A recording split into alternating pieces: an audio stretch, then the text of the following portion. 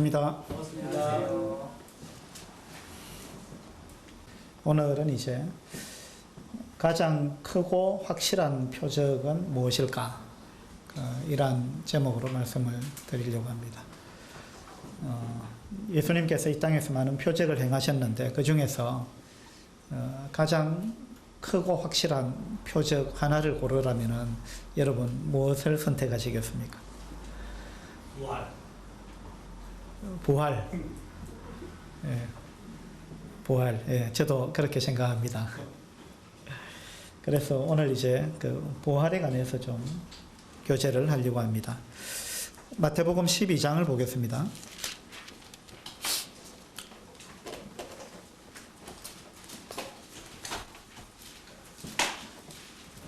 마태복음 12장 38절입니다. 38절.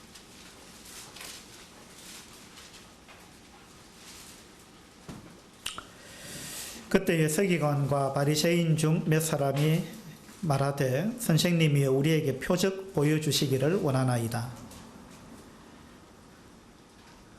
지난주에 말씀드린 것처럼 주님은 이 땅에 계시면서 많은 표적들을 행하셨습니다. 하나님이 아니면 하실 수 없는 그런 표적들을 많이 행하셨죠. 그래서 이제 많은 무리들은 그런 표적을 보고 이제 경악했습니다.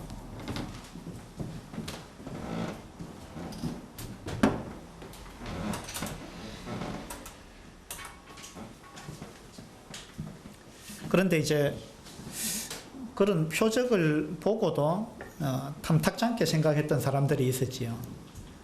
그 이제 바로 바리새인들, 사두개인들, 서기관들, 이런 사람들입니다.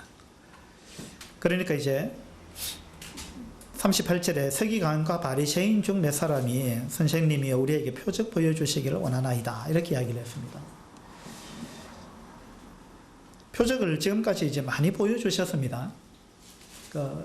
권위 있는 말씀을 많이 하셨고, 또 실제로 죽은 사람을 살리기도 하셨고, 날 때부터 소경된 자의 눈을 뜨기도 하셨고, 여러 가지 이제 표적을 행하셨는데, 이 서기관과 바리새인들이 우리에게 또 표적을 보여달라. 우리가 당신이 하나님의 아들이라 하는데 믿을 수가 없다. 또 표적을 보여달라. 그렇게 이야기를 했습니다. 예수님의 대답은요, 39절에 예수께서 대답하여 이르시되 악하고 음란한 세대가 표적을 구하나. 예수님의 대답은요, 너희가 자꾸만 표적을 구하는데 악하고 음란한 세대가 표적을 구하는 것이다. 다시 말해서 너희 마음이 순수하지 못하다.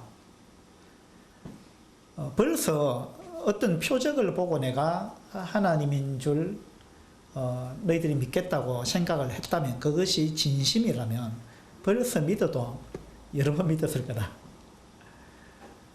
내가 너희한테 표적을 한두 번 보여준 것이 아니다. 이것은 하나님이 아니면 하실 수 없는 것들인데, 그런 걸 너희들이 한두 번 본 것이 아닌데, 그러함에도 불구하고 아직도 표적을 보여달라고 하니까 너희들은 표적을 구하는 의도가 뭔지 모르겠다. 내가 뭘 보여줘도 너희들은 믿지 않을 것이다. 이제 이런 의도로 주님께서 말씀하시는 거죠. 그러면서 주님은 표적을 안 보여주십니다. 보여줘봐야 의미가 없는 것입니다.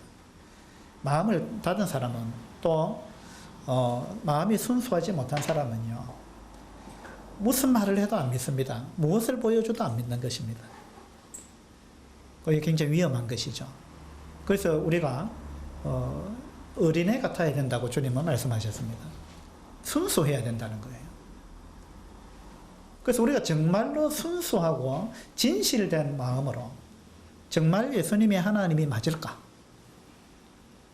이것을 그런 태도로 찾는다면 우리는 얼마든지 그 증거를 확보할 수 있다는 것입니다. 그런데 이제 주님께서 악하고 음란한 세대가 표적을 구한다. 그러면서 이제 나는 너희들한테 표적을 보여줄 게 없다. 이제 더 이상 보여주고 싶지 않다. 보여주지 않겠다. 그런 의도로 말씀하십니다. 그러면서 이제 한 가지 표적을 말씀하셨습니다. 선지자 요나의 표적밖에는 보일 표적이 없느니라. 물론 주님 다른 표적을 많이 얼마든지 보여주실 수 있습니다. 근데 주님이 지금 이 요나의 표적 외에는 보여줄 게 없다. 다른 건 보여줄 필요도 없다. 이거 하나면 충분하다. 라는 이야기입니다. 요나의 표적밖에는 보일 표적이 없다. 그 요나의 표적이 뭘까요? 요나의 표적은 이제 40절에 나오죠. 요나가 밤낮 사흘 동안 큰 물고기 뱃속에 있었던 것 같이 인자도 밤낮 사흘 동안 땅 속에 있으리라. 이렇게 말씀하셨습니다. 그러니까 내가 마지막으로 한 가지 보여줄 표적이 있는데 이거 보고도 믿지 않으면 다른 표적 구할 필요도 없다. 보여줄 이유도 없다. 표적 중에 표적이 내가 나중에 보여줄 건데 그건 뭐냐면 요나의 표적이다. 요나가 밤낮 사흘 물고기 뱃속에 있다가 다시 나온 것처럼 나도 인자도 밤낮 사흘을 땅 속에 있을 것이다. 그리고 거기서 또 나올 거다. 이건 뭐냐면 부활을 의미하는 것입니다. 그래서 주님은 이 부활만큼 내가 하나님이라는 사실을 증명할 수 있는 그런 확실한 것은 없다. 이 부활 하나만 면밀히 조사해보고 생각해보면 내가 하나님이라는 걸 믿지 않을 수가 없다. 라는 이제 말씀을 하신 것입니다. 그래서 오늘 이제 이 부활, 예수님이 부활하셨는데 이것이 사실인가? 이제 이 부분에 대해서 이게 가장 중요한 표적이기 때문에 이거 하나면 다 해결되거든요, 사실은. 그래서 이제 이 부활이 얼마나 확실한 것인가 이런 부분에 대해서 말씀을 교제하고자 합니다. 사도행전 1장을 한번 봅시다.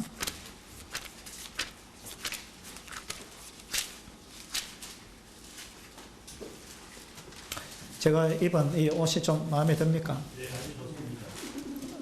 처음 입고 나온 건데요. 조금 품이 좀 작습니다. 이번에 수양에 갔더니만 어떤 그 호남 지역에 어떤 성도님이 옷을 이제 취급하는 어떤 성도님이 전국에서 수고하는 우리 형제님들한테 선물을 하고 싶다 해가지고 양복 아래 위 세트로 100벌을 가져오셨어요. 그래서 제가 하나 얻어왔습니다. 사이즈가 95 사이즈밖에 없어가지고 95 저보다 이제 덩치 큰 사람은 안 되겠다 하고 이제 저는 맞겠지 하고 얻어왔는데 조금 작아요. 우리 아들한테 입혀봤더니만 맞더라고요. 그래서 우리 아들한테 이제 주기로 했습니다. 오늘 선보이려고 입고 왔습니다. 100벌을 가져와서 무료로 선물하셨는데 참 대단하죠. 또 한 번은 서울 쪽에 수양에 했을 때는 어떤 성도님이 참석한 모든 분들에게 마지막 날 자기 식당에서 무료로 식사를 제공하셨어요. 소고기를. 어쨌든 참 대단하다 이런 제 생각이 듭니다. 우리가 어쨌든 그렇게 우리도 헌신할 수 있으면은 참 기쁨이고 또 하나님께도 큰 기쁨이 되겠다 이런 생각을 합니다. 사도행전 1장 1절부터 3절까지 보겠습니다. 데오빌로요. 자, 사도행전은 누가 썼습니까? 누가가 썼습니다. 누가가 이 글을 사도행전을 왜 썼는가라는 걸 이야기를 하고 있습니다. 데오빌로요. 내가 먼저 쓴 글에는 무릇 예수께서 행하시며 가르치시기를 시작하신부터, 자, 누가가 먼저 쓴 글이 있는데 그건 누가복음입니다. 그죠? 그 누가복음은 어떤 내용이냐면 예수께서 행하시며 가르치시기를 시작하신부터 그가 택하신 사도들에게 성령으로 명하시고 성천하신 날까지의 일을 기록하였노라 이랬습니다. 그것이 누가복음의 내용입니다. 그 다음에 이제 이 사도행전을 기록한 목적은요, 그 이후의 일을 데오빌로에게 알려주기 위한 것이었습니다. 3절에 그가 고난받으신 후에 또한 그들에게 확실한 많은 증거로 친히 살아계심을 나타내사 40일 동안 그들에게 보이시며 하나님 나라의 일을 말씀하시니라 이랬습니다. 그래서 이제 사도행전에서는 주님이 죽으시고 3일 만에 부활하시고 그 이후에 어떤 일들이 일어났는가. 이제 이 내용이거든요. 그래서 이제 이 부활에 관한 게 아주 중요한 부분인데 3절에 보니까 그들에게 확실한 많은 증거로 친히 살아계심을 나타냈다. 예수님이. 확실한 많은 증거로 그분이 부활하셨다는 것을 드러내셨다. 나타내셨다. 이것은 부인할 수가 없다. 왜냐하면 너무나 많은 증거들이 있기 때문에, 그리고 너무나 확실하기 때문에 그 이야기를 하고 있습니다. 너무나 확실한 증거라는 겁니다. 이거는 어느 누구도 부인할 수가 없다는 것입니다. 이걸 관심을 갖고 조사를 해보면 예수 그리스도 그분이 죽으시고 3일 만에 부활했다는 거, 이거는 부인할래야 할 수가 없는 너무나 명확한 사실이라는 것입니다. 지금 누가가 지금 그런 이야기를 하고 있는 거죠. 왜냐하면 몇 가지 이유가 있습니다. 무덤이 비어 있었고, 그 다음에 무덤이 비은 정도가 아니고 부활하신 예수님이 부활한 몸으로 사람들 앞에 나타났다는 것입니다. 그게 한두 번이 아니에요. 40일 동안 그랬죠. 그리고 몇 명한테 나타났을까요? 최소한 500명입니다. 그죠? 그러니까 한두 명이 예수님을, 부활하신 예수님을 목격한 사람, 목격자가 있는데, 이 목격자가 중요한 거예요. 근데 목격자가 한두 명이 아니라는 것입니다. 그리고 그 목격자가 이 글을 쓰고 있는 당시에 생존에 있었다는 것입니다. 그 사람들을 만날 수 있는 그런 상황이었다는 거예요. 그러니까 이건 부인할 수 없다는 겁니다. 이건요, 그냥 예수님을 믿지 않는 사람들도 이걸 합리적인 생각을 가지고 면밀하게 조사를 해보면 어느 누구도 부인할 수 없다. 이제 그런 이야기입니다. 그 다음에 누가복음 1장을 한번 보죠.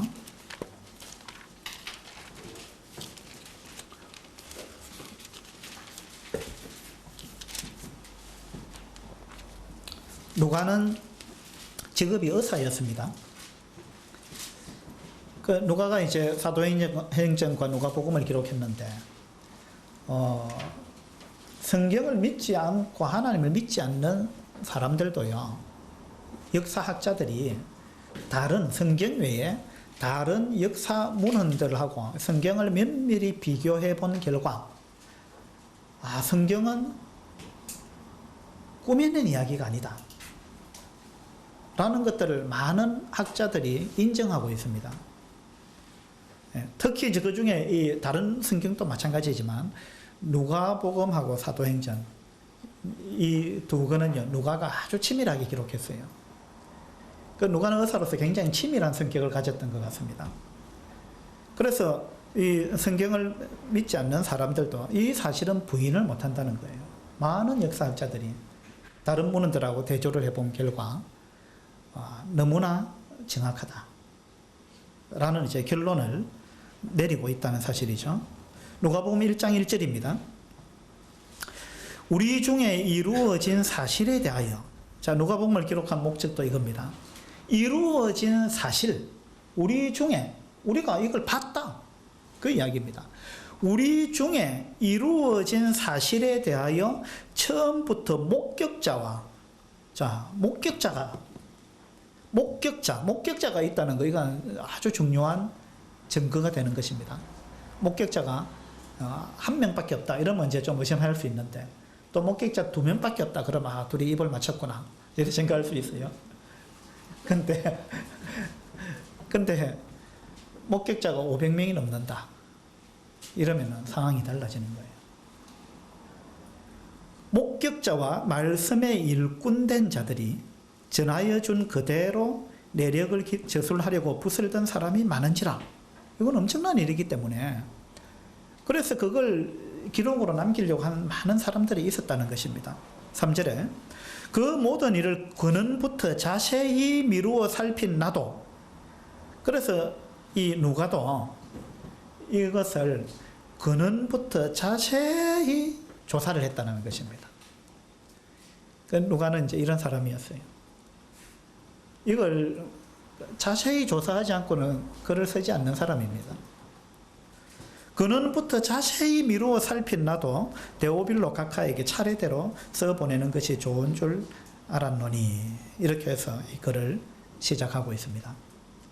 그래서 누가는 사도행전에서 예수님의 부활은 너무나 명확하다, 너무나 확실하다 라는 것을 계속해서 사도행전에서 보여주고 있습니다. 어떤 사람들은요, 스크린 한번 보세요. 예수는 죽지 않았고 기절했거나 죽은 척했다, 이렇게 이제 이야기하는 사람들이 있습니다. 안 믿으려고 애를 쓰는 사람들이죠. 그래서 예수님이, 예수라는 사람이 죽은 게 아니고 기절했는데 죽은 줄 알고 무덤에 묻었다. 그런데 나중에 정신을 차리고 나왔다. 이제 이렇게 이야기하는 사람들이 있습니다. 어떤 종교의 경전에서도 이런 이야기를 하는 게 있어요.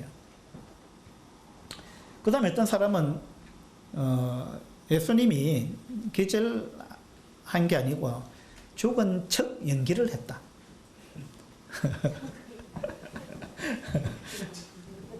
이제 그렇게 이야기하는 사람들도 있습니다. 근데 이 그림 한번 보세요. 로마 병정들이 무덤을 지키고 있는 이런 장면입니다. 그죠?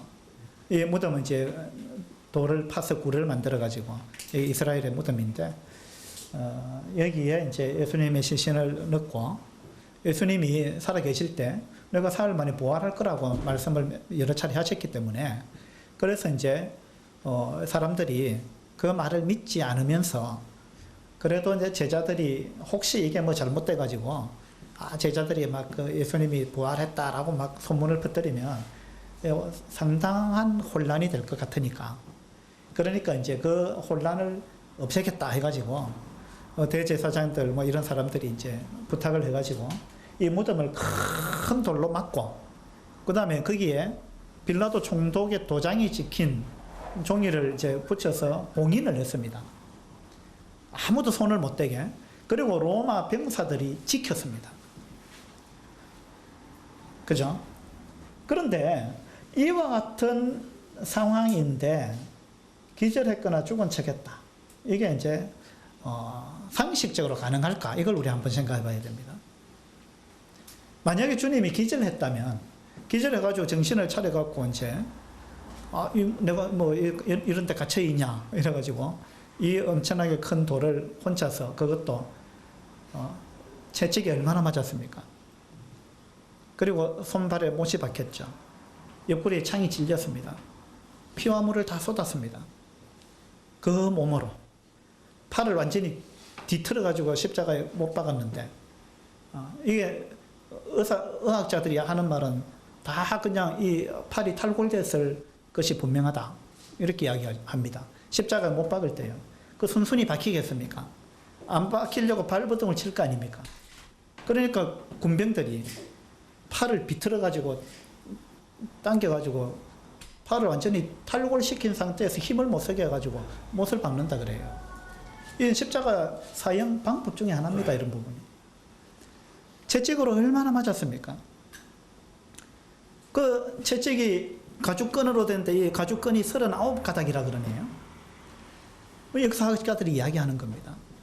39가닥에 거기에 쇠구슬을 박는답니다. 끈에 쇠구슬, 그 다음에 뾰족한 뼈 조각, 그 다음에 뾰족한 쇠 조각, 이런 걸 그 가죽끈에 묶어가지고 그걸 가지고 빨가벗겨 놓고 군인들이 사정없이 때렸습니다. 십자가형을 선고받은 사람들은 반드시 채찍질을 먼저 당합니다.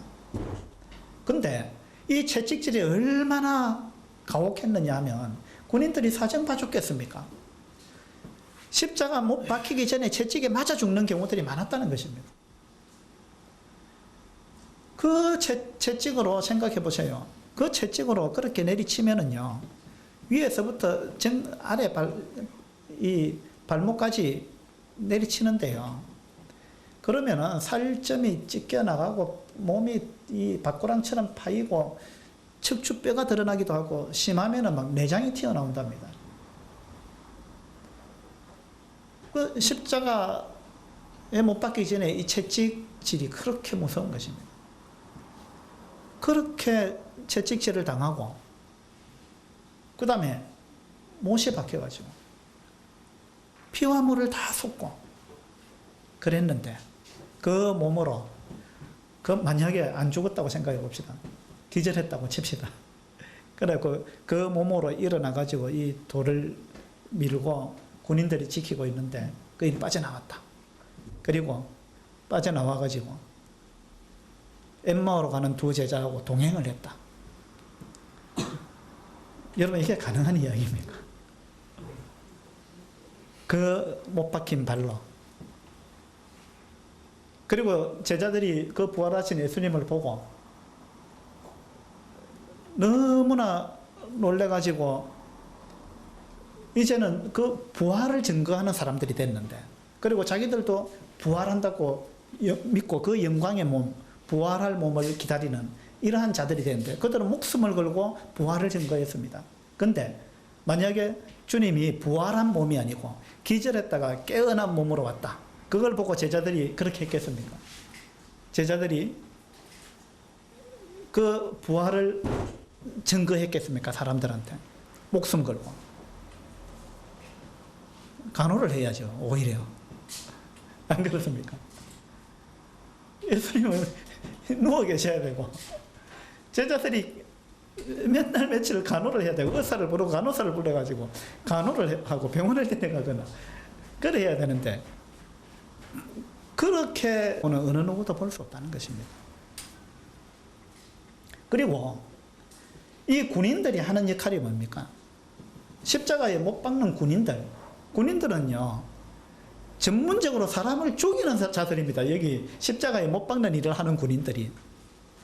그거는 사람 죽이는데 전문가예요, 이 사람들이. 그죠? 그 흉악한 범죄자들을 십자가에 못 박아 죽이는 사형을 집행하는 사람들인데, 근데 이 사람들은 전문가들이에요. 이 사람들이 실수로 안 죽었는데 죽었다고 오해를 해가지고 무덤에 묻었다. 이건 있을 수 없는 이야기입니다. 만약에 그런 일이 벌어졌다면, 그래가지고 사형을 시켰는데 그 사람이 어느 날 살아갖고 돌아다닌다. 그러면 이 군인들 어떻게 되겠어요? 군인들은 그 순간 목이 날아가는 겁니다. 안 그렇겠어요? 군인들은요, 자기 목숨을 걸고 생명을 걸고 이 십자가에 자기들이 못 박은 사람이 진짜로 죽었는지 안 죽었는지 철저하게 확인했습니다. 그거 아니면, 그렇게 안 했다면 군인들은 자기 의무를 다한 게 아니에요. 그죠? 군인들은 자기 목숨이 달려있는 일입니다, 이것이. 그러니까 군인들이 죽지도 않은 사람을 그렇게 했을 리는 없다는 것입니다. 그 다음에 그 이제 안식일이 다가오기 때문에 안식일 날 십자가에 매달아 둘 수 없어가지고 그 시간이 되기 전에 이제 이 십자가에 못 박힌 사람들이 죽기를 원했습니다.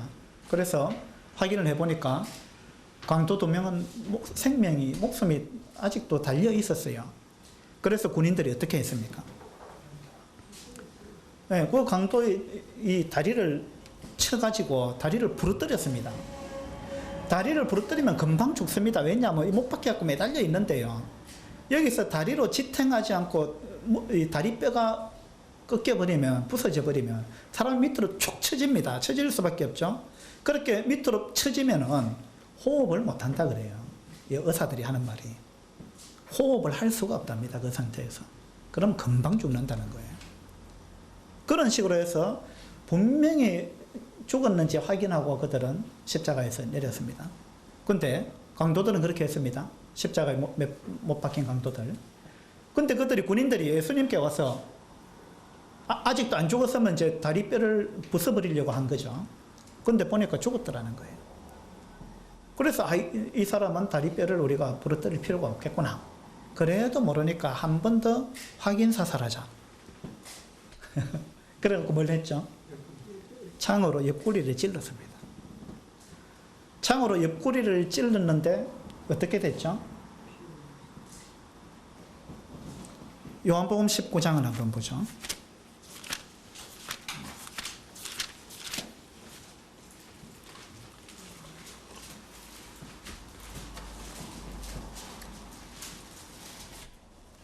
요한복음 19장 31절입니다. 19장 31절. 이 날은 준비일이라. 유대인들은 그 안식일이 큰 날이므로 그 안식일에 시체들을 십자가에 두지 아니하리 하여 빌라도에게 그들의 다리를 꺾어 시체를 치워달라 하니 군인들이 가서 예수와 함께 못 박힌 첫째 사람과 또 그 다른 사람의 다리를 꺾고 예수께 이르러서는 이미 죽으신 것을 보고 다리를 꺾지 아니하고 그중 한 군인이 창으로 옆구리를 찌르니 곧 피와 물이 나오더라. 자, 옆구리를 찔러서 이제 확인했습니다. 정말 죽었는지. 그 찔렀는데 뭐가 나왔다고요? 피와 물이 나왔더라. 피는 나오는 게 이해가 되는데 물이 나왔더라. 이거 여러분 이해가 됩니까? 예? 옆구리를 찔렀는데 피만 나온 게 아니고 물이 나왔다는 거예요. 이게 의사들이 하는 말이요. 이거는 죽었다는, 분명히 죽었다는 증거라고 이야기합니다. 이 심장 부근에 막에 물이 고였다는 거. 이건 죽었다는 의미래요. 이것이 이제 심낭삼출이라고 의학적인 용어로 그렇게 이야기를 하고, 또 허파 옆에 물이 고였다 이런 것을 늑막삼출이라고 이야기를 한답니다. 그래서 이것은 죽은 것이 분명하다라는 의학자들의 증언들입니다. 그 다음에 죽은 척 할 수 없는 고통 한번 생각해 보세요. 십자가에 매달린 사람이 그 고통 가운데서 죽은 척하고 평온하게 죽은 척하고 있을 수 있느냐? 이건 불가능하다는 거예요. 왜냐하면 손목에다 못을 박았는데 여기에 그 신경이 지나가는 자리인데 아주 굵은 신경이 지나가는 자리랍니다. 여기에 못을 박았다는 말은 이 못이요 18cm 정도 되는 못인데 여기에 못을 박았다. 그리고 발목에 못을 박았다는 거. 이 고통은 표현할 수가 없답니다. 이건요 우리가 이 팔꿈치를 어디 이렇게 탁 부딪히면 막 깜짝 놀래고 찌릿찌릿하고 막 이런 거 있죠. 근데 여기 지나가는 신경을 그렇게 못으로 짓이기고 뚫고 박아버리면은 이거는 의학자들이 하는 말은요. 이 신경을 벤치로 집어가지고 비틀어가지고 이 신경을 이렇게 응개는 그 고통과 같다는 거예요. 벤치를 가지고 신경을 꽉 집어가지고 이걸 비틀어가지고 이런 고통 가운데 십자가에 매달려 있다는 것은 그와 같은 고통이라는 거예요. 그 고통 가운데 죽은 척하고 있을 수 있느냐 이 말이에요. 이거는 의사들은요 상식적으로 말이 안 된다고 이야기를 합니다. 죽은 척한다는 거는. 그 다음에 그 정말 부활한 몸이 아니고 그렇게 해서 그냥 기절했다가 깨어난 몸이라든지 뭐 죽은 척 했다가 이렇게 나온 몸이라 했을 때 그 몸을 보고 어느 누구도 그 몸을 선호할, 기다릴 그런 사람 없는 거죠. 제자들은 이 주님의 부활한 몸을 보고 간호를 해야 되겠다나 그런 생각은 일절 안 했습니다. 너무나 놀랐습니다. 그죠? 너무나 영광스러운 몸. 그 몸을 그들이 봤기 때문입니다. 자, 부활의 증거 첫 번째요. 무덤이 비어 있었다라는 것입니다. 무덤이 비어 있었다. 자, 한번 보세요. 스크린에. 군병들이, 그 무덤을 지키던 군병들이, 예수의 시체가 없어졌습니다. 이랬죠. 그러니까 이 돈을 받고 예수의 제자들이 그의 시체를 가져갔다고만 말해주게. 누가 하는 말입니까? 예, 대제사장들하고 이 당시 이제 종교 지도자들, 바리새인들 뭐 이런 사람들입니다. 이런 사람들이 이 군병들, 보초를 썼던 군병들한테 돈을 많이 줬다고 기록되어 있습니다. 돈을 많이 주면서 뭐라고 부탁했느냐 하면 이 예수의 제자들이 시체를 훔쳐갔다고 이야기하라. 우리가 잠깐 조는 사이에 훔쳐갔다고 이야기 좀 해달라. 이렇게 이야기했습니다. 군인들이 선뜻 허락했겠습니까? 군인들 이거 허락하기 어렵습니다. 왜냐하면 보초가 졸았다. 이거는요. 그것도 로마의 군병이 보초를 쓰다가 졸았다. 이거는 있을 수 없는 일이고 이거는요. 목숨을 내놔야 되는 겁니다. 군인이 경계에 실패하고 보초를 쓰다 졸았다는 거는 이거는 용서가 안 되는 것입니다. 그러니까 군병들이 어떻게 돈을 받았다고 해서 그렇게 할 수 있겠어요? 그래서 군인들이 두려워했습니다. 그러니까 이걸 부탁했던 이 종교인들이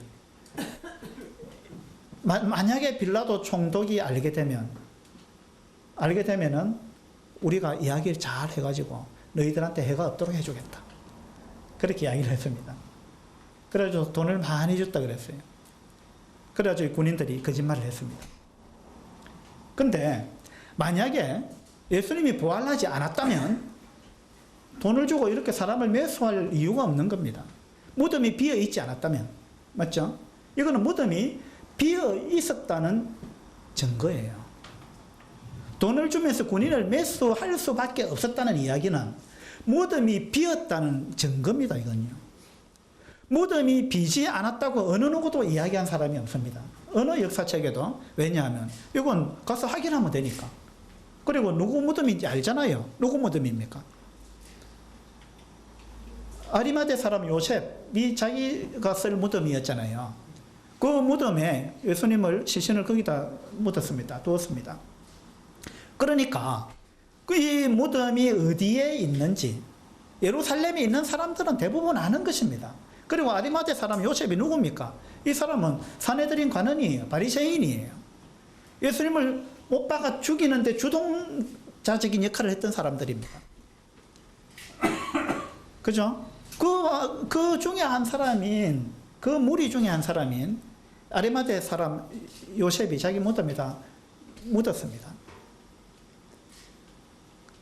그러니까 이거는 부인할 수 없는 거예요. 누구든지 가서 확인할 수 있고 많은 사람들이 확인을 했을 것입니다. 막달라 마리아라든지 여자들도 확인했을 뿐만 아니라 가장 먼저 발견했죠. 빈 무덤을. 그 다음에 예수님의 제자들이 발견했습니다. 가서 확인했습니다. 그걸로 끝났을까요? 이 대제사장들이나 이런 바리새인들이 무덤 확인했겠습니까? 안 했겠습니까? 확인을 했기 때문에 이렇게 이야기하는 거예요. 그 다음에 500여 명이나 되는 사람들이 부활하신 예수님을 만나고 예수님을 믿었습니다. 하루에 3,000명이 구원받았습니다. 그죠? 이런 일이 이 무덤이 비었다는 사실을 확인하지 않고 그들이 믿었겠습니까? 예루살렘에 살고 있는 사람들이. 자기 살고 있는 그 곳에서 일어난 일이고 그들이 곧바로 달려가서 확인이 가능한 장소인데 멀리 있었던 사람들이 아니에요. 예루살렘에서 하루에 3,000명이 구원받고 했던 이 일들은 이 일이 일어난 예루살렘에 있던 사람들이에요.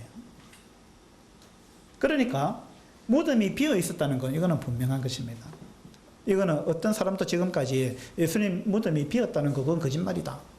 가보니까 안 비었더라. 이런 이야기를 한 사람이 없다는 것입니다.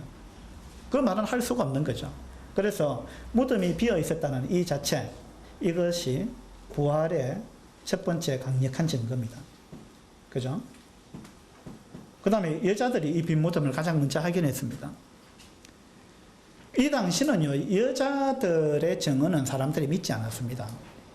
그래서 법정에서 여자들은 증인으로 채택도 안 되는 시대였어요.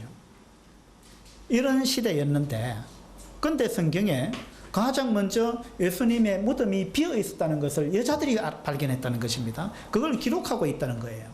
그러면 예수님의 제자들이 예수님이 실제로 죽지도 않았고 또 부활하지도 않았고 무덤이 비지도 않았는데 부활했다고 이렇게 꾸며냈다고 한다면 왜 하필이면 여자들이 발견했다고 이야기를 하겠느냐 이겁니다. 그것만큼 어리석은 게 어디 있어요. 사람들이 그걸 믿겠느냐 이거, 여자들이 발견했다는 걸. 그 당시 풍토가. 그러니까 왜 이걸 거짓으로 이런 이야기를 꾸며내려고 하면은 정말 사람들이 믿을 수 있는 사람들을 등장시켜야지.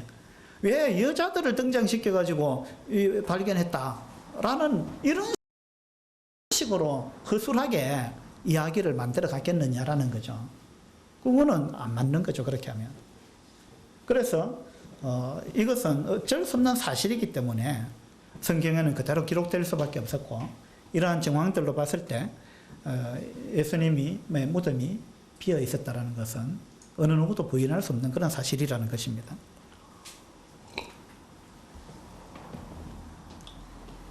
그러니까 이제 믿기를 거부하는 사람들은 또 이렇게 이야기합니다. 그 무덤이 비은 건 간단하지요. 왜냐하면 누군가 예수의 시신을 훔쳐간 거예요. 유대 당국자들이나 도굴범 아니면 사도들, 이런 사람들이 시신을 훔쳐갔겠지요. 이제 이렇게 이야기하는 사람들이 있습니다. 그러면 이건요, 논리적으로 말이 안 됩니다. 한번 보세요. 예수님의 제자들이 예수님이 부활했다는 사실을 목숨을 걸고 증거를 해갖고 막 예루살렘이 지금 난리가 났습니다. 그죠? 그런데 이것을 극도로 싫어하는 예수님의 제자들이 부활을 증거하고 다니는 걸, 이걸 극도로 싫어하는 사람들이 누굽니까? 이 유대 당국자들이에요. 그죠? 그러면은 유대 당국자들이 시신을 훔쳐갔다고 생각해 봅시다. 그러면은 이 혼란을 잠재울 수 있는 너무나 쉬운 방법이 있습니다. 뭘까요? 저 사람들이 자기 스승이 부활했다고 하는데 그거 말도 안 되는 이야기다 하면서 그것을 완전히 그냥 아무도 믿지 못할 증거를 제시할 수 있어요. 그게 뭡니까? 그들이 예수님의 시신을 공개해버리면 돼요. 자기들이 훔쳐갔다면. 맞죠? 근데 왜 아무도 공개를 못했어요? 왜 공개를 못하고 왜 자꾸만 그 이야기 하지 마라 하지 마라 때려서 내보내면서 다시는 그 이야기 하지 마라, 왜 그렇게 했느냐 이겁니다. 그건 뭐냐면 유대 당국자들이 예수님의 시신을 훔쳐간 거겠지. 그거는 너무나 비논리적이고 맞지 않는 이야기입니다. 그죠? 그러니까 또 이제 안 믿는 사람들이 이런 이야기를 합니다. 그래, 뭐 듣고 보니까 그런 것 같은데, 근데 아마 그러면 유대 당국자들이 시신을 훔쳐가지 않았으면 도둑들이 훔쳐갔을 거다. 이런 이제 이야기를 한다는 것입니다. 근데 이것도 이제 말이 안 맞는 게,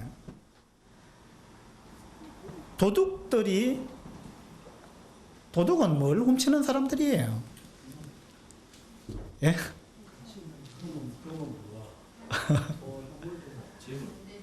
그렇죠. 도둑들이 왜 시신을 훔칩니까? 도둑이 뭘 훔치려면 자기들한테 뭐 경제적으로 도움이 되는 걸 훔쳐야 될 거 아니에요. 근데 놀라운 건요, 예수님의 무덤에 시신만 사라지고요, 세마포는 그대로 있었습니다. 맞죠? 훔쳐가려면 수의를 훔쳐가야지. 수의 한 벌이 얼마 합니까? 어떻게 도둑이 이렇게 말도 안 되는 도둑질을 하느냐 이거예요. 왜? 시신을 왜 훔쳐가느냐 이거예요. 값진 거 팔면 돈 되는 건 안 가지고. 이것도 논리적으로 말이 안 된다는 것입니다.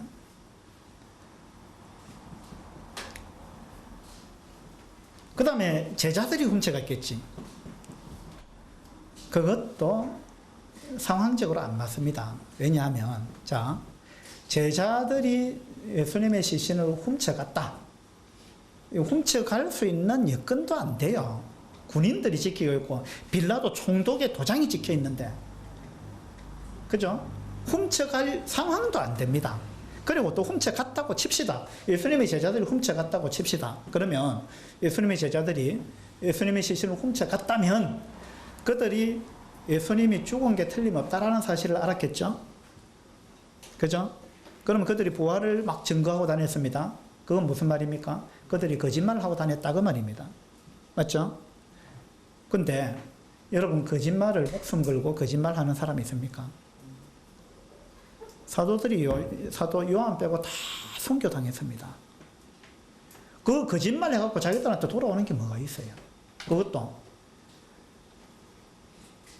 그 말을 함으로 해서 계속 불이익만 오는데, 그죠? 그 예수님 부활했다고 이야기하고 다니면 누가 뭐 떡을 줍니까? 저기 뭐 집을 줍니까? 뭐가 돌아오는 이득이 뭐가 있어요? 그리고 그것을 예수님이 죽었다는 걸 그들이 시신을 가져갔다면 죽었다는 걸 분명히 알았을 것이고, 그런데도 그들은 확신을 갖고 예수님의 부활을 증거했다는 것입니다. 확신을 갖고 목숨을 걸고 그들한테 무슨 일이 닥치더라도 이건 사실이기 때문에, 너무나 놀라운 일이기 때문에 이걸 증거하지 않을 수가 없었습니다. 예수님의 제자들이 그전에는 사실 겁쟁이였습니다. 사실은요. 근데 나중에는 예수님의 부활하신 몸을 보고 나서, 부활하신 예수님을 만나고 나서 예수님의 제자들은 180도 바뀌어버렸습니다. 아주 담대한 사람으로 바뀌어버렸습니다. 그게 뭘까요? 부활한 걸 직접 확인하지 않고는 될 수 없는 일입니다. 자, 부활의 증거 두 번째는요, 무덤이 비어 있었을 뿐만 아니라 무덤이 빈 것으로 끝난 게 아니고 부활하신 예수님이 직접 사람들 앞에 나타났다는 것입니다. 그리고 수많은 목격자들이 있다는 것입니다. 그죠? 그러니까 이제 여기 대해서 또 어떤 반론을 사람들이 제기하느냐 하면, 그 목격했다는 사람들이 착각한 게 아닐까요? 상상을 했다거나 영을 보았다든지 아마도 환각 상태에 빠졌다고 보는 것이 가장 가능성이 있어 보이지 않을까요? 또 이제 이렇게도 이야기를 하는 사람들이 있다는 것입니다. 근데 여러분, 환상을 보는 거, 환각에 빠지는 거는요, 그거는 어떤 한 사람이 환각에 빠질 수는 있어요. 근데 동시에 500명이 환각에 빠질 수는 없습니다. 불가능해요. 이 환상을 본다는 것은 지극히 주관적인 것이거든요. 그죠? 그래서 예수님이 부활하기를 간절히 바랬던 사람은 그냥 좀 헛개비를 보는 이런 일이 생길 수가 있습니다. 너무나 간절히 바라기 때문에. 그죠? 그럴 수 있어요. 근데 이제 이런 환상을 보는 거는 그와 같이 간절히 원했을 때 가능할 수 있는 일입니다. 근데 그 500명이, 그 봤던 500명이 정말 그렇게 간절히 원했던 그런 예수님의 추종자들이었느냐? 그거 아니라는 거예요. 그 다음에, 자, 예수님의 동생 야고보 보세요. 야고보는요, 예수님이 그 십자가에 못 박혀 죽기까지 예수님을, 자기 육신의 형이죠. 육신의 형을 하나님의 아들이라고 믿지 않았던 사람입니다. 동생인데. 그런데 예수님 딱 부활하고 나서 야고보가 완전히 바뀌어버렸습니다. 그 예루살렘 교회 기둥 같은 일꾼이 됐습니다. 그리고 순교당했어요. 돌에 맞아 죽었습니다. 이 부활을 증거하다가. 그러니까 간절히 원해서 본 게 아니고 그에 대해서 전혀 믿지도 않고 회의론자의 입장을 갖고 있던 사람이 부활하신 그분을 봤다고 증거한 거예요. 그러니까 이건 환상이 아니라는 이야기예요. 바울을 보세요. 바울이 부활하는 예수님을 보고 그 음성을 듣고 또 눈으로 봤다 그랬어요. 바울은 어떤 사람입니까? 부활하신 예수님을 직접 만나기 전에 바울은 예수님을 믿는 사람들을 잡아 죽이려고 쫓아다녔던 사람들입니다.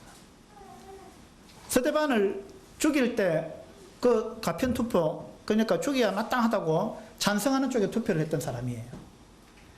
그리고 부활하신 예수님을 만나던 때도요, 이 예수님 믿는 사람들 잡으러 다메섹으로 가던 도중이었습니다. 체포영장을 받아갖고 잡으러 가던 도중이었습니다. 그러니까 바울은 예수님을 믿고 싶은 마음이 전혀 없는 사람이었어요. 완전히 반대편에 섰던 사람입니다. 그런데 그 사람이 한 상을 받겠습니까? 그 사람이 한 상을 보려면 그 사람이 예수님이 부활하기를 간절히 원해야 뭔가 그런 환상 중에라도 그런 게 보이는 그런 상황인 거죠. 바울은 전혀 그런 사람이 아니었어요. 그런데 바울이 부활하신 예수님을 만나고 완전히 바뀌어버렸습니다. 그냥 예수 믿는 사람들 내가 그냥 이제 내가 핍박 안 하겠다, 그 정도가 아니에요. 180도 바뀌어갖고 예수님의 부활을 증거하는 그 뭡니까? 예. 어느 누구보다도 이 일에 앞장선 사람이 됐습니다. 바울이. 이것이 부활하신 예수님을 만나지 않고는 불가능한 일입니다. 이 예수님의 부활을 증거함으로 인해 가지고 바울이 얼마나 핍박을 당했습니까? 돌에 맞아 죽을 뻔했잖아요. 죽은 줄 알고 던져놨는데 거기서 또 깨어나가지고 또 자기를 돌로 쳐가지고 죽이려고 했던 그 마을에 또 들어갔습니다. 이 바울이 이런 사람이에요. 예수님의 부활을 정말로 목격하지 않았다면, 그 부활하신 예수님을 만나지 않았다면 이러한 일들은 있을 수가 없는 일들이죠. 이 예수님이 부활하셔서 많은 사람들 앞에 나타났습니다. 고린도전서 15장을 한번 봅시다.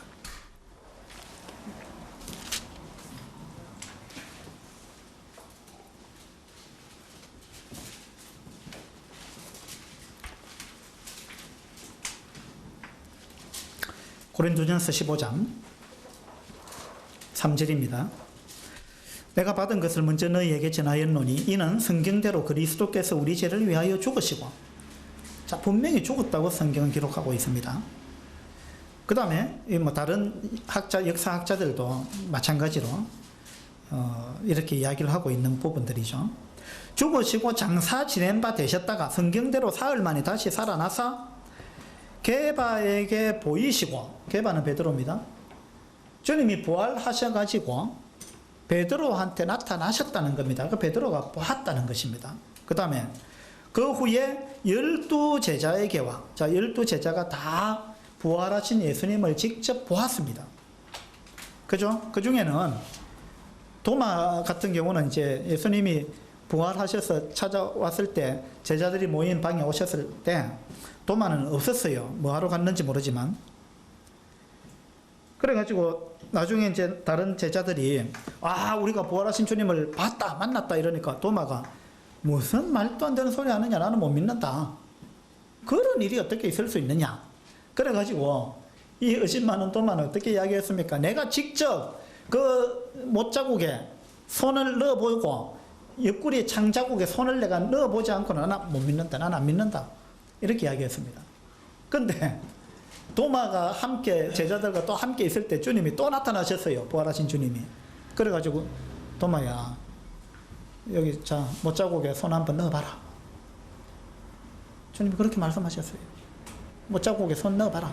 옆구리에 창자국에 이 손 넣어봐라. 그리고 믿는 자가 되라. 믿는 자가 되라. 왜 그렇게 의심이 많으냐? 믿는 자가 되라. 주님이 그렇게 말씀하셨어요. 그러니까 도마가 탁 엎드렸습니다. 부인할 수 없는 사실이기 때문에. 그때 주님이 하신 말씀은 너는 나를 본고로 믿느냐? 보지 못하고 믿는 자가 복이 있다, 이렇게 말씀하셨어요. 어쨌든 12제자들은 목격자가 됐습니다. 그 다음에 6절 보세요. 그 후에 500여 형제에게 일시에 보이셨나니, 500여 명이 모여있는 그 가운데 부활하신 주님이 나타나셨다는 것입니다. 그러니까 목격자가 지금 한두 명이 아니라는 이야기입니다. 그런데 더 중요한 거는 보세요. 500여 형제에게 일시에 보이셨나니 그 중에 지금까지 대다수는 살아있고, 이 글을 기록하고 있는, 고린도전서를 기록하고 있는 이 당시에 그 500여 명이 목격했는 그 목격자들이 태반이 지금 살아있다는 것입니다. 그러니까 이 고린도전서를 바울이 기록하면서 바울은 아주 당당한 것입니다. 이 목격자들이 지금 태반이나 살아있다. 내 말 못 믿겠거든. 그들한테 가서 확인해봐라. 확인해봐라. 그 이야기예요. 확인해봐라. 내가 거짓말 하는 건지.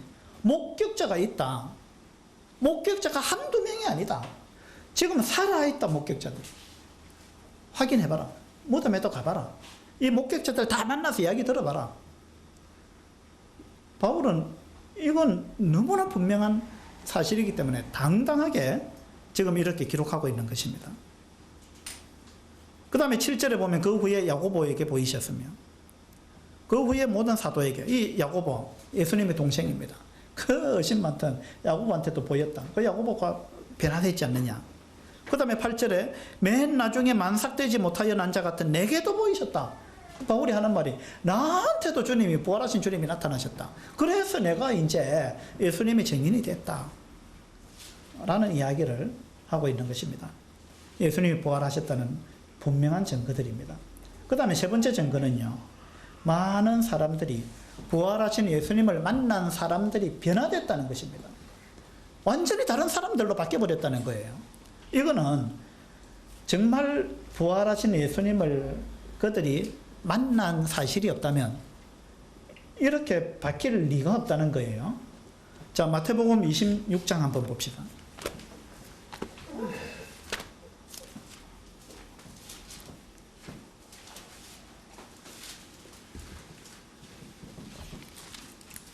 마태복음 26장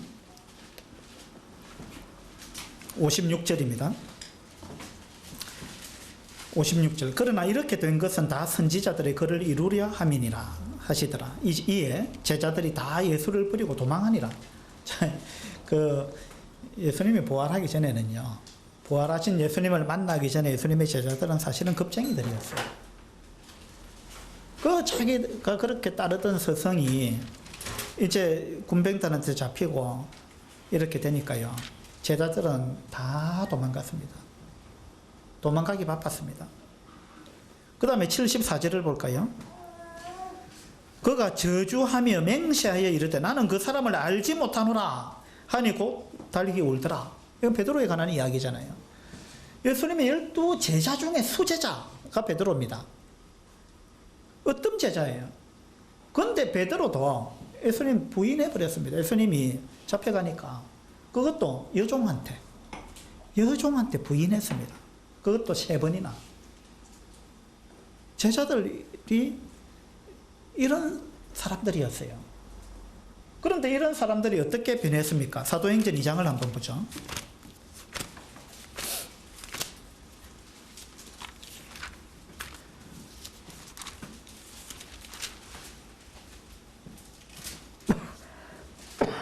사도행전 2장 14절입니다. 베드로가 11사도와 함께 서서 소리를 높여 이르되 유대인들과 예루살렘에 사는 모든 사람들아 이 일을 너희로 알게 할 것이니 내 말에 귀를 기울이라. 베드로가 완전히 담대해졌습니다. 그죠? 이게 뭐 유대인 관원들이 자기를 잡아가든 말든 때리든 말든 뭐 죽이겠다고 협박을 하든 말든 감옥에 쳐넣든 말든 지금 그게 중요한 게 아니에요. 이 일을, 이 부활이 사실이라면 여기에 목숨을 걸어야 되는 거죠. 부활이 정말 사실이라면, 이 사실인 것을 확인했기 때문에 베드로가 놀랍게 변했습니다. 4장 19절도 한번 볼까요? 4장 19절 18절부터 볼까요? 그들을 불러, 예수님이 제자들을 이제 유대 관원들이 공회에서 불러가지고 불러 경고하여 도무지 예수의 이름으로 말하지도 말고 가르치지도 말라 하면서 협박하고 경고했습니다. 그 말을 듣고 베드로와 요한이 어떻게 이야기했습니까? 베드로와 요한이 대답하여 이르되 하나님 앞에서 너희의 말을 듣는 것이 하나님의 말씀을 듣는 것보다 옳은가 판단하라. 우리가 하나님의 말씀을 들을 건지 너희의 말을 들을 건지 어느 것이 더 옳은 건지 판단해봐라. 예수님이 정말 부활했다는 것은 그분이 하나님이라는 것이 틀림없는 사실이고 하나님이 계신다는 이야기고, 그죠? 그렇기 때문에 우리가 이 사실을 목격한 이상, 이 사실을 안 이상 우리는 너희들을 무서워서 이 이야기 못하는 그러한 삶을 살고 싶지 않다. 우리는 당신들이 두렵지 않다. 정말 두려운 분은 하나님이다. 제자들이 이렇게 변해버린 거예요. 그래서 20절에 보면 우리는 보고 들은 것을 말하지 아니할 수 없다 이렇게 이야기했습니다. 죽이려면 죽여라. 죽이려면 죽여라. 우리 또 부활할 거다. 예수님이 부활했으니까. 너희들이 나를 죽이면 나도 언젠가 부활한다. 이런 믿음을 가진 거예요.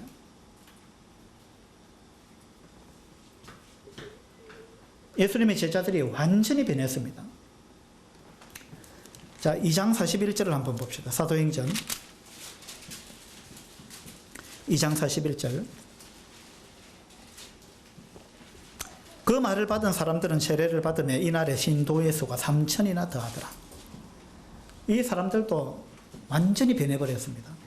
3,000이나 되는 사람이 왜 변했습니까? 왜 일순간에 예수님을 믿는 쪽으로 돌아섰느냐 이 말입니다. 일순간에 그들이 확인했기 때문입니다. 그들이 무덤을 확인했을 거예요. 그죠? 목격자들한테 이야기를 다 드렸을 것입니다. 그래서 그들은 확정을 했습니다. 틀림없다 이거는. 이거는 부인할래야 부인할 수 없다. 하고 그들은 예수님을 믿었습니다. 돌변했습니다. 이 당시 예수님을 믿는다는 것은요, 그들에게 어떤 피해가 닥칠지 모르는 그런 상황이었습니다. 그들은 그 지역사회에서 출교를 당할 수도 있습니다. 재산을 빼앗길 수도 있어요. 상속을 못 받을 수도 있어요. 그럼에도 불구하고 그들은 담대하게 예수님을 믿는 쪽에 섰습니다. 그리고 예수님을 믿는 쪽에 섰다는 말은 또 뭘 의미하는지 아십니까? 그들은 더 이상 동물 제사를 안 드리겠다라는 선언이에요. 예수님을 믿었던 사람들은 더 이상 그 이후로 성전에 가서 희생 제사를 안 드렸습니다. 이건요, 유대인들이 수천 년 동안 해왔던 그들의 종교예요. 그거 안 하겠다는 이야기예요. 그걸 안 하면 사람들로부터 얼마나 미움을 받을 것인지, 얼마나 따돌림을 받을 것인지, 이건 불을 보듯 뻔한 것입니다. 그럼에도 불구하고 그들은 그 길에 섰다는 것입니다. 왜 이것이 가능했어요? 그리고 그들이 예수님 편에 섰다는 말은 이제는 우리는 안식일 안 지킨다는 이야기와 똑같은 것입니다.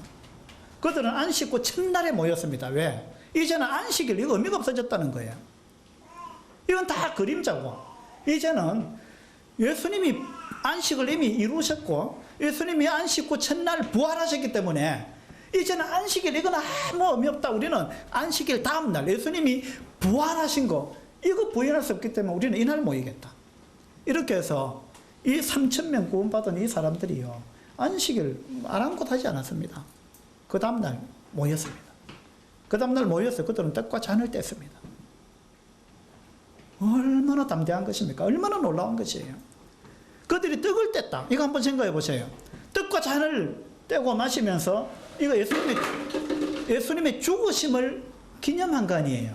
자, 어떤 사람이, 누구를 추종하는 어떤 사람이 있는데, 어떤 무리들이 있는데, 그 추종하던 그 사람이 죽었다. 그것도 비참하게 죽었잖아요, 예수님이.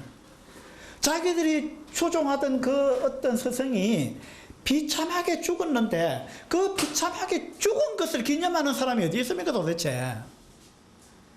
그들의 영웅스러운 모습을 기념해야지 왜 비참하게 죽어버린 죽음을 왜 기념합니까? 죽음을 왜 그런 거예요?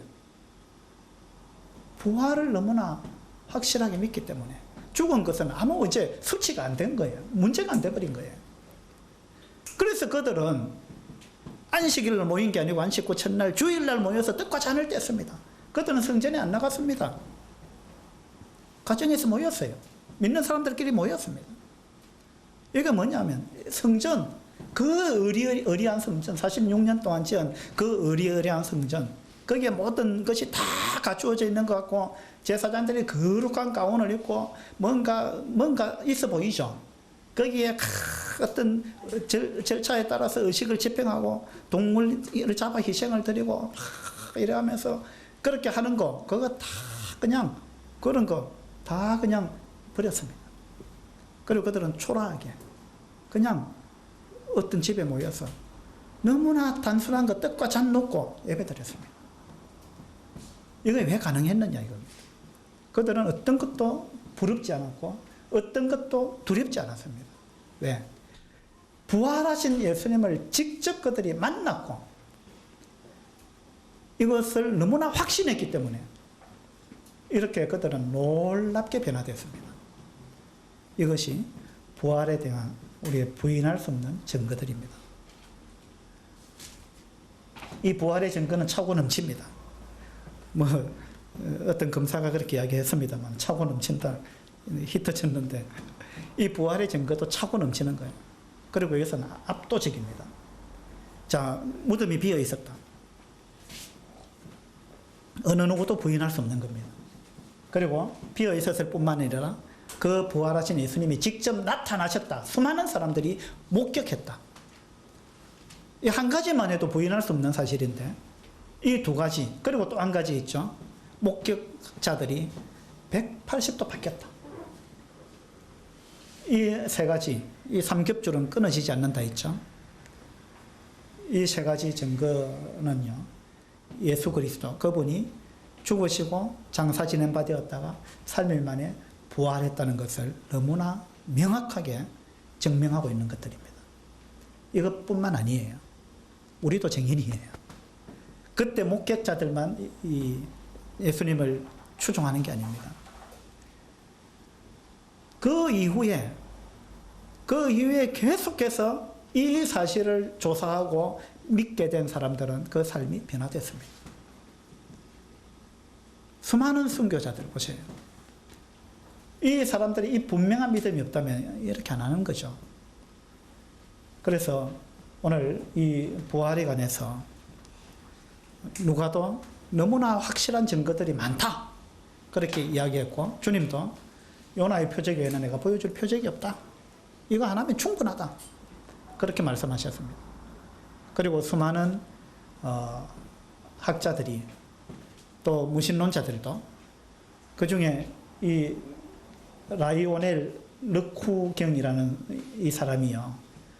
이 사람이 부활이 정말 사실일까를 면밀하게 여러 문헌들과 이런 것들을 통해서 조사를 하고 이 사람이 예수님을 믿게 됐다라는 걸 고백하고 있는 내용인데요. 이 사람이 어떤 사람이냐면 245명의 살인 용의자를 연속으로 무죄 방면시킨 변호사입니다. 아주 탁월한 변호사예요. 세계에서 가장 성공한 법률가로 기네스북에 올라갔고요. 엘리자베스 영국 여왕으로부터 2번이나 기사자기를 받은 사람입니다. 자, 변호사는 뭐 하는 사람입니까? 변호사는 물론 이제 변호하는 사람인데 뭘 가지고 변호를 합니까? 증거를 갖고 변호합니다. 변호사가요, 증거는 없지만 내 생각은요, 나는 이렇다고 생각합니다. 그러면은 판사가 그 변호사 손들어 주겠습니까? 변호는 그렇게 하는 거 아닙니다. 변호는요, 반드시 증거가 있어야 됩니다. 변호사가 하는 일이 그 증거를 찾아내는 것들입니다. 그죠? 변호사는 그 분야의 전문가들입니다. 그래서 이 사람이 라이오넬 르쿠라는 이 변호사가 그 전문적인 그런 것을 발휘해서 예수님이 부활했다고 성경이 이야기를 하고 있고 그리스도인들이 그걸 주장하고 있는데 내가 전문적인 변호사로서 정말 그 증거가 있는지 내가 확인해 봐야 되겠다 하고는 이걸 찾았다는 것입니다. 이 증거들을 찾았다는 것이에요. 그리고는 증거를 자기가 법률적인 관점에서 아주 치밀하게 법률적인 관점에서 이것이 정말일까 아닐까를 자기가 확인해 보겠다. 그리고 이것이 정말이 사실이 아니라는 증거들이 드러나면 자기는 이 세상을 뒤엎겠다. 기독교를 뒤엎어버리겠다. 이런 마음을 가지고 이 증거를 찾았다는 것입니다. 그리고 내린 결론이 이거예요. 내가 분명히 말할 수 있는 것은 예수 그리스도의 부활의 증거는 티끌만큼도 의심할 수 없이 증거하는 것이다. 그것은 너무나도 분명해서 나는 불가항력적으로 그것을 받아들일 수밖에 없다. 이렇게 고백하고, 이 사람은 무신론자였고요. 기독교를 반대하는 사람이었는데, 이 하도 그리스도인들이 부활을 이야기를 하니까 내가 한번 전문가 입장에서 조사를 해보겠다고 조사하고 내린 결론이, 이거는 털끝만큼도 의심할 수 없는 사실이다 라는 결론을 내리고, 나는 불가항력적으로 이걸 받아들일 수밖에 없다. 나는 안 받아들이고 싶은데 불가항력이다. 이거는 변호사의 관점에서 이거는 안 받아들일 수가 없다, 법률적으로. 이 사람이 증거를 수집한 결과 그렇게 내렸습니다. 여러분, 이 부활은 너무나 명확한 사실입니다. 안 믿긴다면 여러분도 한번 조사를 착수 한번 해보세요. 자, 예수님의 부활이 사실이라면 우리도 부활할 것입니다. 이 말은 죽음이 절대 끝이 아니다, 이런 이야기입니다. 다음 세상이 있는 거예요. 그 다음에 예수님이 하나님이심이 분명한 것입니다. 이 세상에 내가 하나님이다, 내가 신이다 이렇게 이야기하는 사람들이 수십 명이 되는데, 그 사람들이 말로만 그러면 안 되고 증명을 해야 돼요. 자기가 신이라는 걸, 자기가 하나님이라는 걸. 그걸 어떻게 증거하겠어요? 예수님 외에는 증거한 사람이 없습니다. 예수님은 내가 다시 살아났다 봐라, 그러니까 내가 하나님이지, 틀림없지. 예수님은 이렇게 하셨다는 거예요. 어느 누가 이렇게 할 수 있느냐, 이 말입니다. 그 다음에 부활이 정말 사실이 맞다면 이 성경은 사실인 것입니다. 그래서 우리는 성경의 경고에 귀를 기울여야 하는 것입니다. 자, 마태복음 12장으로 다시 돌아와서 보고 마치겠습니다. 마태복음 12장에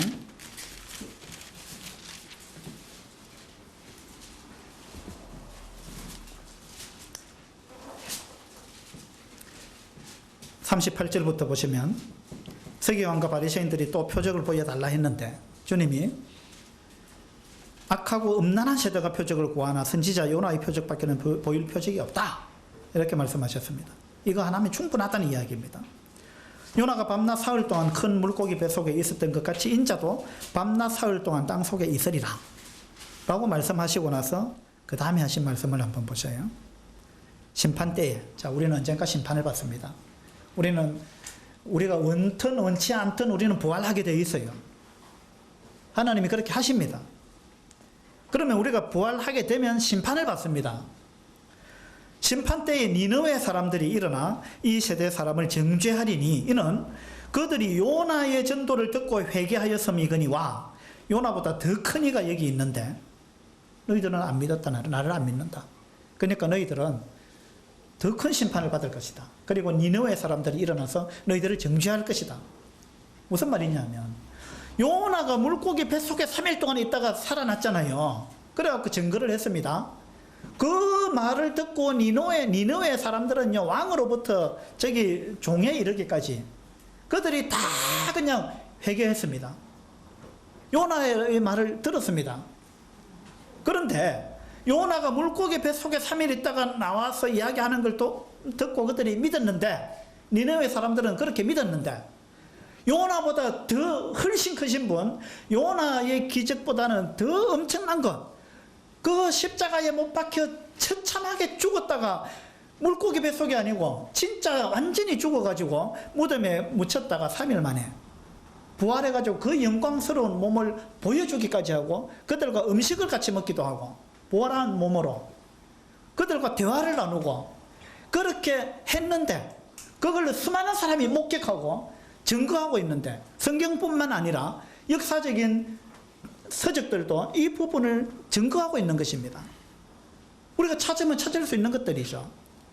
그런데 니느웨 사람들은 요나의 말도 듣고 그들이 돌이켰는데, 너희들은 그보다 더 확실한, 더 분명한 증거가 있고 내가 친히 이야기를 하는데도 믿지 않는다.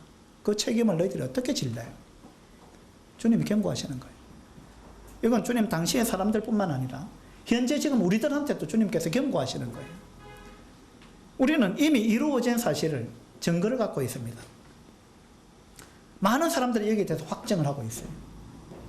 그럼에도 불구하고 안 믿는 거, 그 책임을 어떻게 질 것이냐 라고 주님이 말씀하십니다. 이건요, 우리 마음이 악해서 그래요. 우리 마음이 정직하지 못해서 그래요. 우리 마음이 순수하지 못해서 그렇습니다. 우리가 신사가 아니라서 그래요. 이런 부분을 우리가 조사해보고 양심적으로 이거 부인할 수 없는 거다 하면 믿어야 되는 거예요. 그래서 주님은 어린아이 같은 자가 천국에 간다 그랬습니다. 이 바리새인과 서기관 같은 사람들은 안 되는 거예요. 순수하지 못해요. 우리가 이 바리새인과 서기관 같은 이런 잘못된 오류에 빠지지 않도록 우리가 악하고 음란한 세대라는 책망을 안 듣는 그런 우리 모두가 되기를 바라고, 이 부활을 목격한 사람들이 180도 변화됐듯이 우리도 정말 담대하고 변화된 그런 삶을 살게 되기를 바랍니다. 기도합시다. 아버지 하나님, 예수님 이 땅에 계시던 당시에도 많은 사람들이 수많은 표적을 보고 예수님을 대면하고 예수님의 근위 있는 말씀을 듣고도 믿지 아니한 많은 사람들이 있습니다. 이 시대도 동일합니다. 이 시대에 우리들은 이전의 어떤 시대 사람들보다 더 많은 증거들을 가지고 있습니다. 더 많은 말씀을 듣고 있습니다. 그럼에도 불구하고 믿지 못하는 이러한 사람들이 많이 있습니다. 아버지 하나님, 우리가 이런 오류에 빠지지 않도록 도와주시고 분명한 이 말씀에 우리 믿음의 닻을 내릴 수 있도록 도와주시기를 바랍니다. 부활하신 우리 주 예수 그리스도 이름으로 감사하며 기도드립니다.